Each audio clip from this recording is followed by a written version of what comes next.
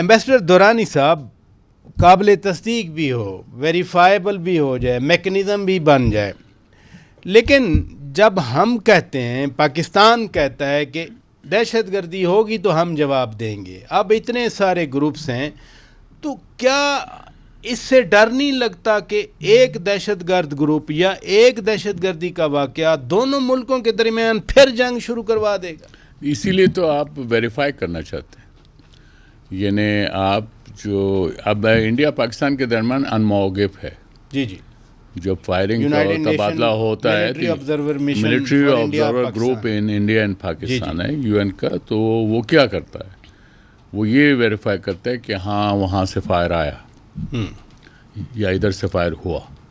تو بیسک اس کا, اگرچہ انڈیا آج کل اس میں کوآپریٹ نہیں کر رہا انموگ کے ساتھ, ان کے وزٹس کو نہیں کر, لیکن ہماری طرف سے ان کو پورا کوآپریشن ہوتا ہے. یہ میں ایک آپ کو مثال کے طور پر, ٹھیک ہے, تو دنیا بھر میں جہاں پہ بھی ڈسپیوٹ, اگر اب ہم نے اس کو ڈسپیوٹ, ہمارے لیے ڈسپیوٹ اس لیے بن گیا ہے کہ وہاں سے در اندازی ہے, ادھر سے وہ دہشت گرد آتے ہیں, کاروائیاں کرتے ہیں, تو اس لیے اب اس کا کیا طریقہ ہے. اب بارڈر جو ہے وہ اعلان کر کے تو نہیں آتے ہیں, نہ وہ انہوں نے, ان کے مختلف طریقے ہیں, ان کو اسلحہ وغیرہ یہاں سے مل جاتا ہے. تو آپ کو ایک دیکھنا ہوگا کہ اس کی جو فٹ پرنٹس ہے کیا ہیں, تو ویریفائی آپ کو کرنا پڑے گا تاکہ کوئی غلط فہمی نہ ہو. یہ ویریفائبلٹی کا جو کانسیپٹ ہے وہ اس لیے ہے کہ تاکہ آپ کوئی غلطی سے کوئی ایسا قدم نہ اٹھائیں جس سے جو ابھی اس وقت فائر بندی ہے وہ وائلیٹ ہو جائے. یہ اس لیے ہے. تو ان کو افغان طالبان حکومت کو یہ احساس ہونا چاہیے کہ یہ ان کے بھی فائدے میں ہے اور پیس کے بھی فائدے میں, ہمارے بھی فائدے میں. ہم ان سے کوئی زیادہ بڑا تقاضا نہیں کر رہے ہیں,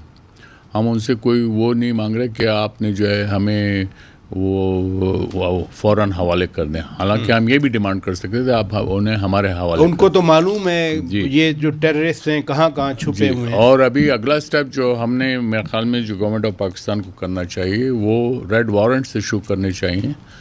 جو ٹی ٹی پی کی لیڈرشپ ہے, اور اس کے علاوہ جو ٹی ٹی پی کے کیڈرز ہیں ان کے بارے میں, تاکہ انٹرنیشنل ریڈ وارنٹس ہوں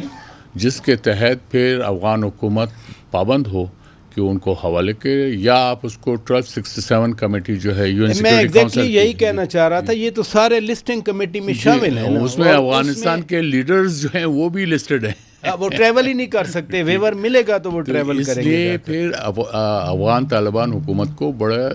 احتیاط کے ساتھ چلنا پڑے گا. وجہ یہ کہ ان کے بارے میں جو ریزولوشنز ہیں, اسپیشلی 1368 اور 1373 ریزولوشنز جو ہیں وہ ابھی بھی اوپن ہیں, وہ بند نہیں ہوئی ہیں. تو ان پہ یہ جب ہم سے بات کرتے ہیں کہ جی امریکہ ڈرون آپ اجازت نہیں دیں گے, وہ انڈر ریزولوشن 1368 اور 1373 ہیں. تو ان کو یہاں یہ پرابلم آ جاتا ہے کہ ہمارے جو طالبان دوست ہیں انہوں نے ان کو صحیح پڑھا نہیں ہے, معلومات نہیں ہے, یہ ڈپلومیسی کی تعلیم ان کو چاہیے, ان کو یہ تمام چیزیں ان کو سیکھنا پڑے گا کہ بین الاقوامی طریقہ کار اور اس کے جو لوازم ہیں وہ آپ کو پورا کرنے پڑیں گے. تو یہ جو میں بحث اس میں دیکھ رہا ہوں تو اس میں یہ ہے کہ اس میں لا علمی کا زیادہ دخل ہے, لہٰذا وہ لا حاصل بحث ہو رہی ہے.